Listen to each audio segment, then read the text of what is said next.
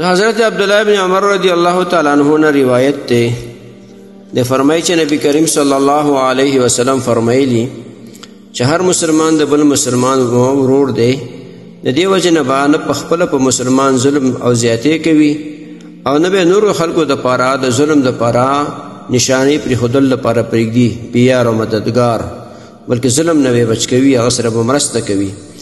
او کوم مسلمان چې د بل مسلمان ورور ضرورت پوره کړو، دغه حاجت یې پوره کړو، الله جل شانه به د حاجت پوره کړي. او کوم مسلمان چې د بل مسلمان د تکلیف په وخت کې، مصیبت په وخت کې هغه ته نجات ورکړو، د مصیبت نه خلاص کړو، الله جل شانه به د قیامت په ورځ باندې د قیامت د ورځې چې کوم مصیبت او پریشانی د هغې نه به نجات ورکړي. او کوم مسلمان چې بل مسلمان باندې پرده واچول، الله جل شانه به د قیامت په ورځ باندې په ده باندې پرده واچي، ګناهونه به خلکو نه پټ کړي. دې حدیث روایت صحیح بخاري او صحیح مسلم کړی دی.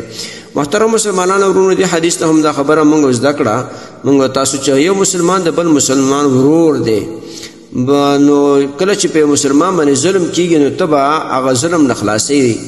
څوک به دې ته نه پرېږدي چې په هغه باندې ظلم وکړي، هغه به ظلم نه خلاصوي. ظلم ته به څوک به نه پرېږدي چې په هغه باندې ظلم وکړي. او چې تا د مسلمان ورور حاجت پوره کړو، د هغه ضرورت دې پوره کړه، الله جل شانه به ستا حاجت پوره کړي، تا نه به الله مصیبت او تکلیف لرې کړي. د قیامت په ورځ به سخته ورځ چې د هغې د پریشانۍ نه به دې بچ کړي. او کوم مسلمان چې د بل مسلمان ورور باندې پرده واچوله، د هغه یو عیب یې پټ کړو، یو ګناه یې پټه کړه، پرده یې پرې واچوله، الله جل شانه به د قیامت په ورځ ستا عیبونه په تا پرده واچوي. نو دې وجه نه محترم مسلمانانو ورونو، موږ او تاسو له پکار ده چې دغه حدیث باندې عمل وکړو او د مسلمانانو سره مرسته وکړو، په مسلمانانو په خپل هم ظلم ونه کړو، بل چاته هم ظلم ته پرېنږدو او د هغو سره مرسته وکړو، د هغو سره امداد وکړو، د هغو سره د مصیبت په وخت کې هغه مصیبت پورته کول لپاره مرسته وکړو او هغوی ته لاس ورکړو. محترمو مسلمانانو ورونو، تاسو ته چې کوم روزانه د حدیث دا مفهوم راځي، نو د مهربانۍ او د ثواب له مخې نورو مسلمانانو ته لیږدوئ او شیر کوئ.